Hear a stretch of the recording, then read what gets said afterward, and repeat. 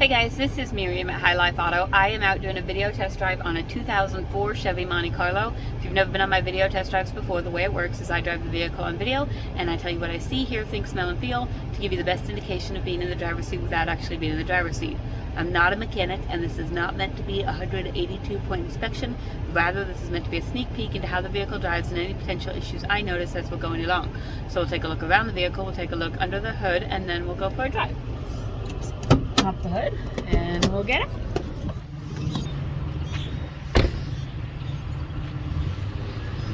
Alright, it's a really pretty car. It's like a purplish maroon. It does have some rust on it. It's got some rust over here on the gas tank and a little bit on the wheel wells starting, and then down here on the rocker. So you can see right there, it is the supercharged one.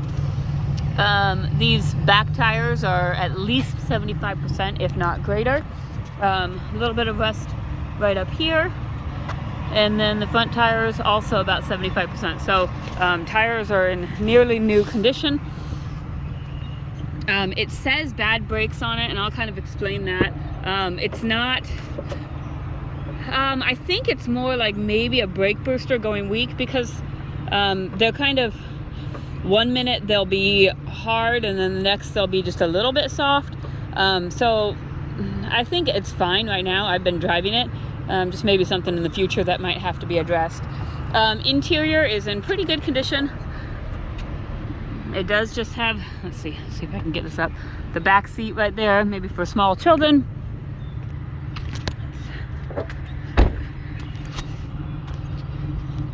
So it's got that really fancy racing stripes that looks really nice, and the dual exhaust. It's a pretty decent looking car. I mean, there's a little bit of rust on it, like you can see, but it's not overly horrible. It looks like there's a little bit of crinkling up here on the front part where they might have hit something. Let's see if that affects this door opening at all. Nope, doesn't affect the door opening at all. So that's just there.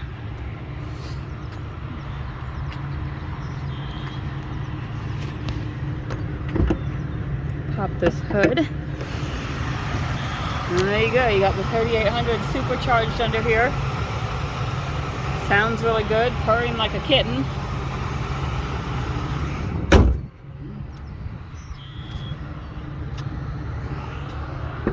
Kind of hobbling along because I'm wearing a boot, and apparently it's illegal to wear a boot when you're driving. I had no idea, but they told me when they gave me the boot. They said, well, you can't wear it when you're driving, so I just take it off. Okay, 220,000 miles. I just put some fuel in it.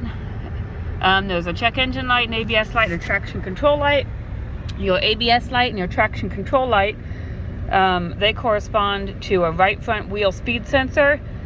So the front passenger side wheel bearing has a speed sensor on it.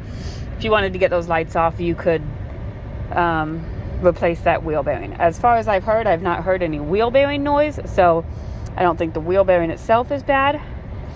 But then we have the check engine code, which is engine coolant temperature below thermostat regulating temperature. And that's a history code, but I did notice that you can see the thermostat, it's kind of slow coming up. I think when I drove it yesterday, it did eventually get up to almost half. But, so that just means the thermostat is, I don't know if it's getting sticky closed, or I think sticky open, and it's just letting the coolant run right through. But it's a history code, so it might not even be a thing. This is also a history code, fuel trim system lean, but it's on there, so I thought I'd let you know that it's on there. So, heat works. I've got it running. Probably too cold this morning to check the AC, but I will try. Let's see, turn it to here. Let's see if we see what kind of air we get. We have a radio. Let's make sure the stations come in. Okay, radio works. Ooh, that air is pretty cold. I would say that the AC probably works. I don't know how, it's like 48 degrees today, and I think that it's probably probably colder than 48 degrees coming out. So my guess is the AC works. Until it gets warmer, I really couldn't tell you for sure, but passenger side window works. Driver's side window works. We have a sunroof that also works.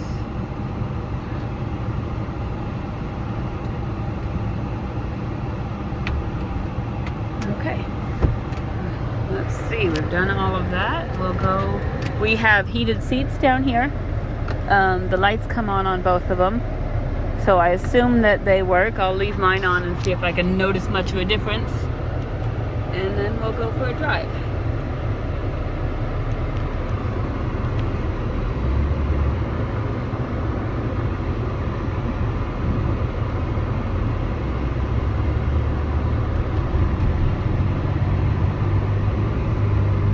These cars used to be all the rage. Like, we couldn't hold on to Monte Carlos for anything, and then they kind of lost their luster. But they're really cool cars. They're just, I mean, I guess it's not really a family car because you can't really shove a family in here, but they're nice cars. The 3.8 is a good motor.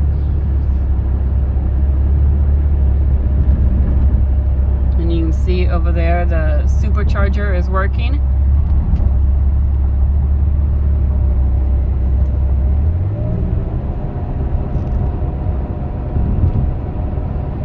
Quiet, it drives smooth. I don't hear any suspension noise.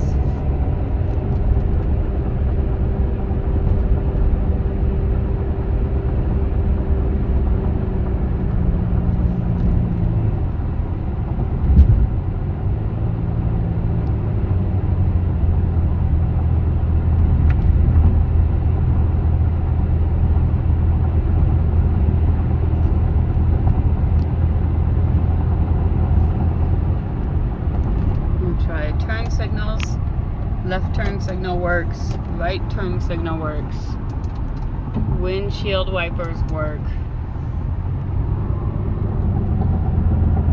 Let's see. You can see my buttons on my steering wheel are kind of faded, but I think so. It looks like there's radio controls there. Let's see. Let's get over. And let's see if we, okay, that's the cruise button, and we're gonna guess that one of these is the set button. There we go. Okay, so cruise works, cruising right about 50, and the brakes they're fine. They stop it just fine. It's just something I think you've got to get used to. Brakes are different in every car. And these are just, sometimes they're a little bit, I think most of the time they're just harder than what you would normally expect brakes to be. So almost like really good brakes. But for some reason they put bad brakes on there. So I'm not really certain, but I think the brakes are just fine. Now that I've got everyone gone, I'll check my horn. My horn works. So this car, I think everything seems to work. It runs and drives very well. You've got a right front wheel speed sensor that's tripping that ABS code and traction control light. And then you have a couple history codes, probably for like a thermostat that is tripping the check engine light. Other than that, it runs and drives very well. It's got almost new tires all the way around. If you guys have any questions, feel free to call me, message me, whatever. My cell phone is 309-267-7200, and I will answer any questions you guys have. Thanks.